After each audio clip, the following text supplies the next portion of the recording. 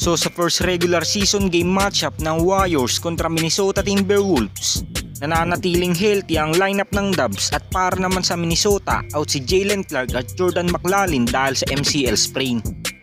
Start of first quarter, maagang ginamit ng Minnesota ang kanilang size advantage upang makapagdomina sa ilalim ng basket. Ngunit agad din namang nakasagot si Stephen Curry at Klay Thompson at nakapag-combine din kagad sila ng 16 points upang makasabay sa scoring ng visiting team. At sa huling 4 na minuto ng game, naging mainit na ang palitan ng puntos ng magkabilang team at hanggang sa tinapos na lamang ni Steph ang first quarter sa pamamagitan ng isang buzzer beater layup, 31-29. Sa second quarter, mainit na shooting at matinding depensa ang ipinapamalas ng second unit ng Warriors.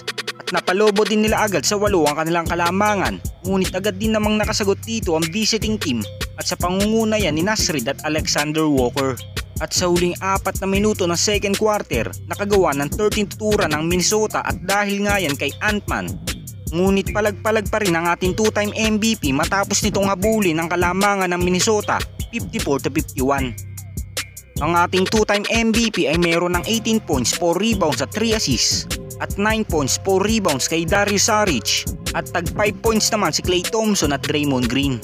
At para naman sa Minnesota, si Anthony Edwards ay mayroon ng 14 points, 3 rebounds at 3 assists, 12 points, 7 rebounds at 1 assist naman kay Karl Anthony Towns at 7 points, 4 rebounds at 1 assist naman kay Naz Reid.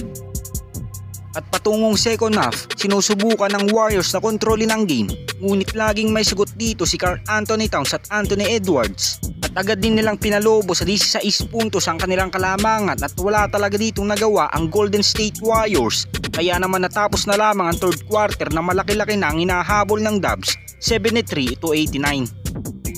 At sa ating last quarter, matinding performance na ang ipinapamalas ng ating 2-time MVP at ni Klay Thompson. Ngunit laging may sagot si Ant-Man at Karl Anthony Towns kaya naman patuloy ang kalamangan ng visiting team. At sa huling 3 minuto ng fourth quarter, may tsansa pa sana ang Dubs na may tabla ang laro. Ngunit walang pagbabago sa performance ng Minnesota kaya naman tuluyan na nilang nakuha ang panalo sa score na 110-116.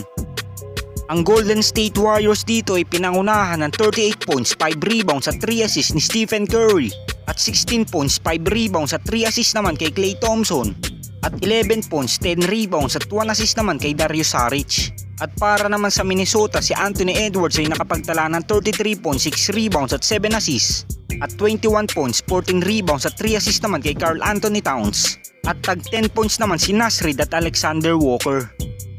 At ito lang ang ating NBA updates ngayon mga Lods. At kung hindi ka pa nakakapag-subscribe sa aking channel, subscribe mo na yan para updated ka sa ating NBA season ngayon. Salamat po.